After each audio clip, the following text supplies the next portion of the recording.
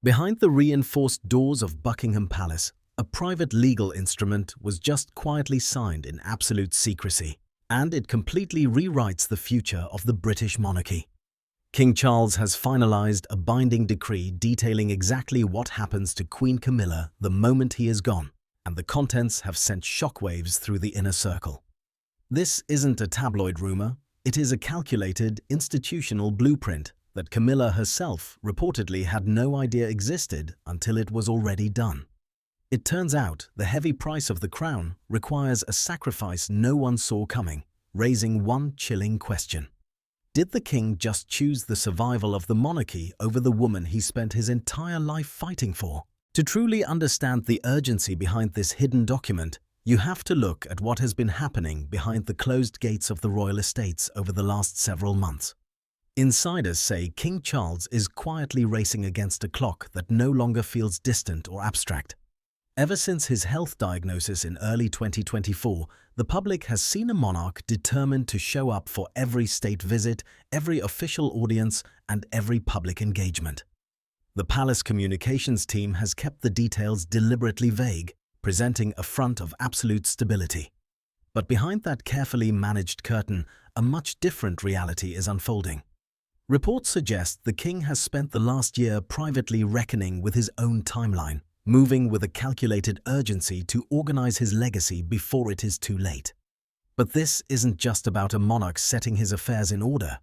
It is about a massive, unprecedented shift in sovereign authority that is already happening right before our eyes.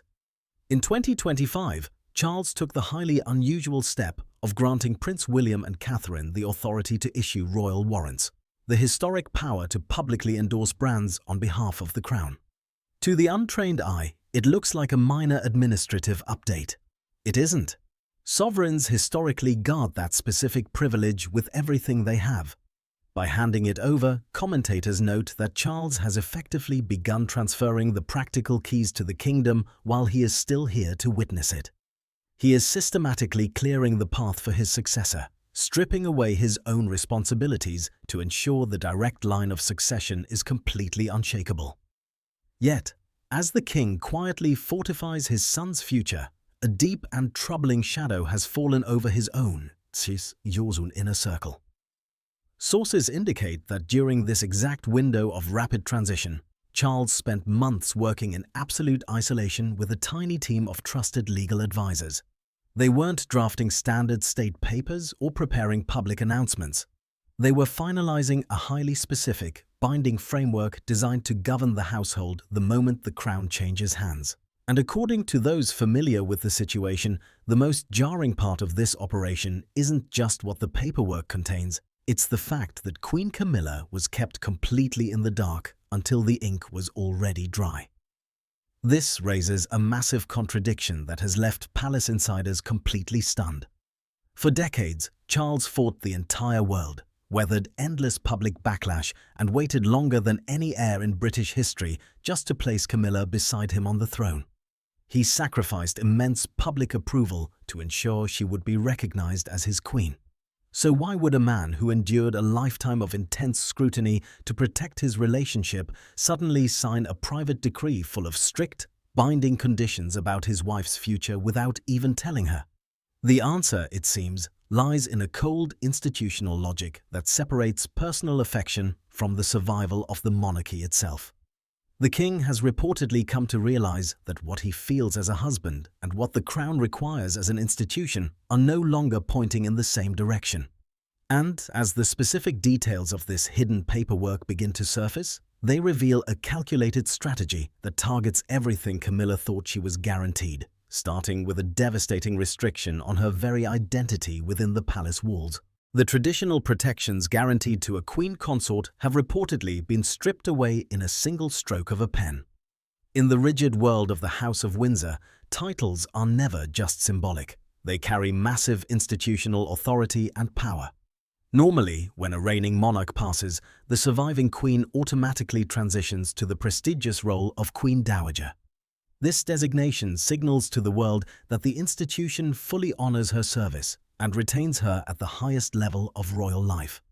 But according to sources, this new private document alters that expectation entirely, introducing a highly specific, lesser designation that Camilla never saw coming. The shift in her future title is only the beginning of a much larger, systemic drawdown. Inside the palace walls, status is measured by the size of your footprint, and Camilla's footprint is about to shrink dramatically. Insiders say the decree outlines a post-reign existence for her that looks vastly different from her current reality.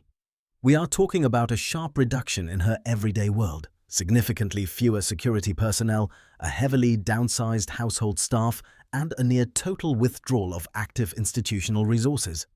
The paperwork reportedly frames these changes not as a punishment, but as an appropriate adjustment for a private citizen of significant independent wealth. But for someone accustomed to the absolute pinnacle of global security and royal privilege, the practical reality of this setup will feel incredibly restrictive. Reports suggest the document draws a definitive line between active working senior royals and those whose time in the spotlight has concluded. Every single perk Camilla took for granted is being meticulously re-evaluated and scaled back. It is a calculated message wrapped in legal language, signaling that her immense influence inside the palace depends entirely on Charles's presence. Yet, the most jarring restrictions aren't just about a loss of staff or a change in her official title. The real sting lies in the financial dimensions of this hidden decree, which allegedly links her future security directly to her personal behavior. Sources indicate that her projected inheritance, including iconic estates like the multi-million-dollar Clarence House and Highgrove, is no longer a straightforward guarantee. Instead, specific clauses have been introduced that tie her ongoing financial provisions to strict compliance with the new royal order. And as it turns out, the first major test of that compliance involves an immediate ultimatum regarding a deeply controversial alliance that the palace desperately wants gone. What was once a quiet family disagreement over loyalty has officially been converted into a documented financial ultimatum. The hidden decree signed by the king doesn't just manage households and titles. Reports suggest it targets the queen consort's personal circle with unprecedented financial consequences. For months, a quiet battle had been brewing behind palace doors regarding Camilla's refusal to distance herself from certain controversial figures, specifically her long-standing alliance with Sarah Ferguson. Prince William had reportedly been pressing the queen consort to publicly cut ties with the Duchess, but Camilla stood firm.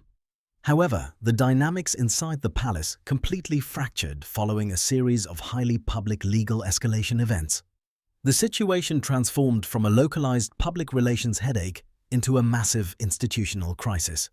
Newly unsealed documents exposed highly problematic correspondence from the past, thrusting old associations back into the global spotlight.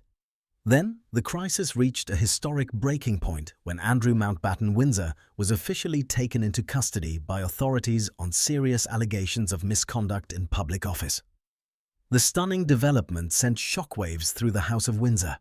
Suddenly, every single tie to that specific network became an immediate risk to the survival of the monarchy. With the family's reputation facing immense scrutiny, the king-in-waiting demanded decisive action, and it appears he found the ultimate leverage inside Charles's private decree. Insiders indicate that the paperwork contains an explicit provision that directly links Camilla's future multi-million-dollar financial security to her public conduct.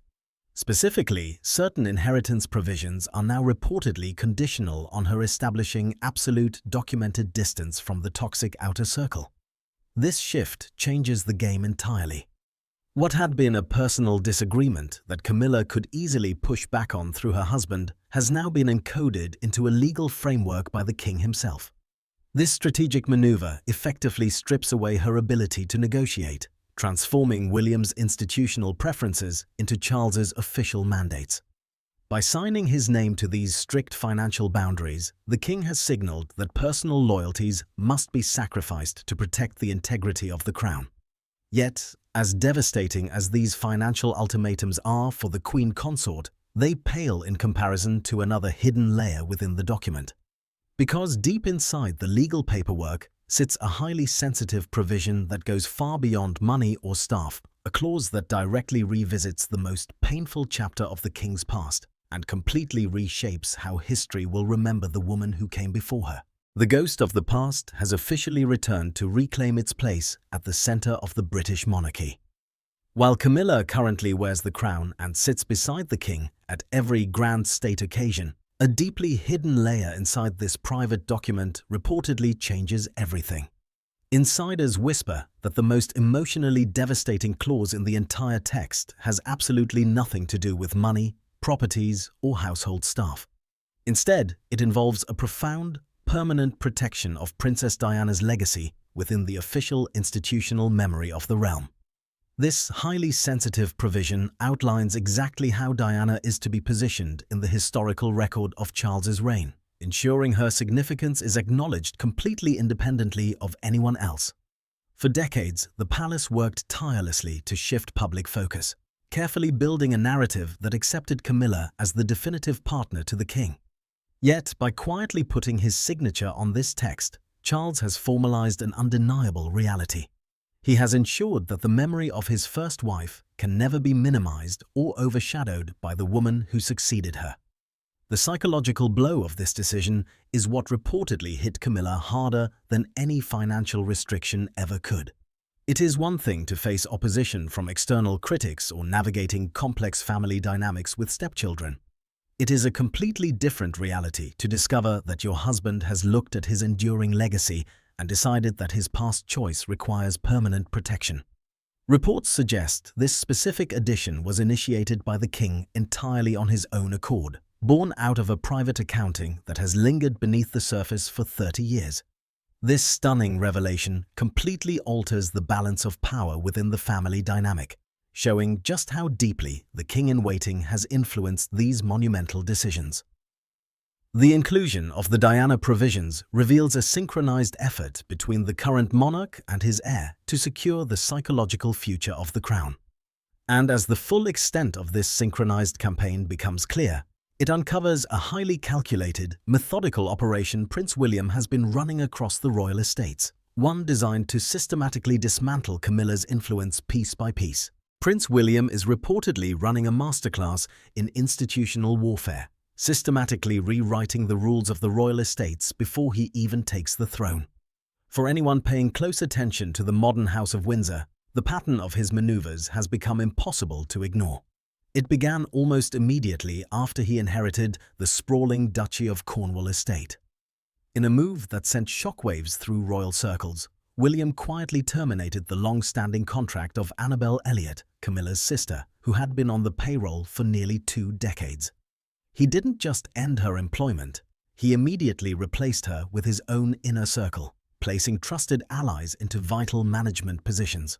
But clearing the payroll was only the opening move in a much larger strategy to isolate the Queen Consort's family from the geography of power. The friction escalated dramatically during a tense encounter at Balmoral Castle involving Camilla's son, Tom Parker Bowles. Reports suggest that after an unauthorized access incident on the private estate, Princess Anne initiated an immediate legal response. William aligned with his aunt instantly and without a single shred of hesitation, locking down permanent property restrictions against the Parker Bowles family.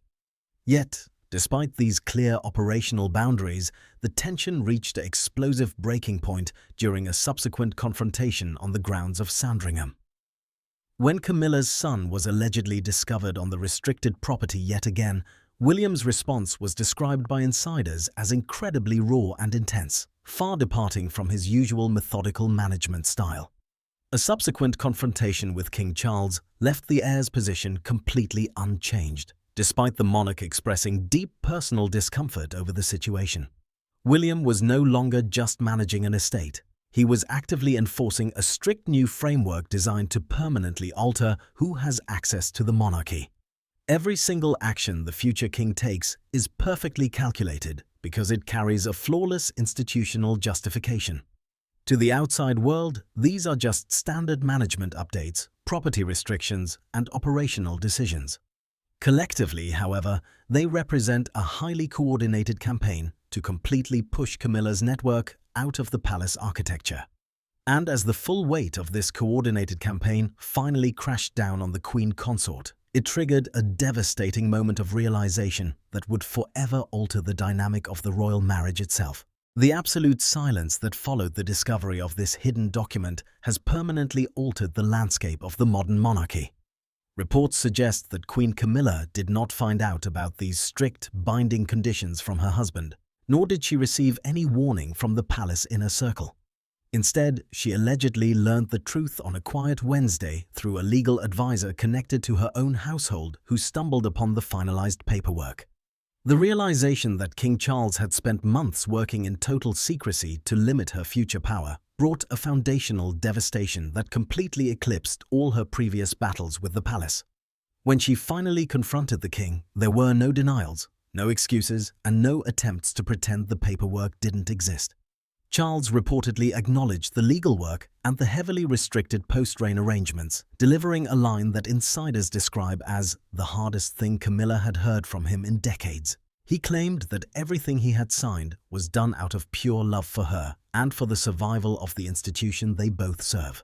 Her immediate response was sharp and direct, telling the king that if this document reflected his love, she would be terrified to see what his indifference looked like. This stunning exchange exposes a massive fracture in a relationship that had previously survived decades of public scrutiny, intense media backlash, and severe personal hardships. They weathered the storms of the past together, yet the thing sitting between them now isn't the judgment of the world, it is the king's own private choices. By putting his name to this decree, Charles has officially signaled that when personal affection and institutional responsibility pull in opposite directions, the crown will always win. The monarchy of the future will not be built around Camilla's story. It will be built entirely around the direct line of succession, honoring the very legacy of the woman who came before her. This leaves the public with a profound contradiction that challenges everything we think we know about the royal family. Which brings us to the ultimate question that is currently dividing royal watchers across the globe. Does signing this hidden decree make Charles an incredibly dedicated and wise sovereign who protected his kingdom at all costs? Or does it reveal a man who simply repeated a tragic historical pattern and dressed it up as institutional duty? The answer you settle on depends entirely on what you believe the crown is actually for. So let me know your thoughts in the comments below.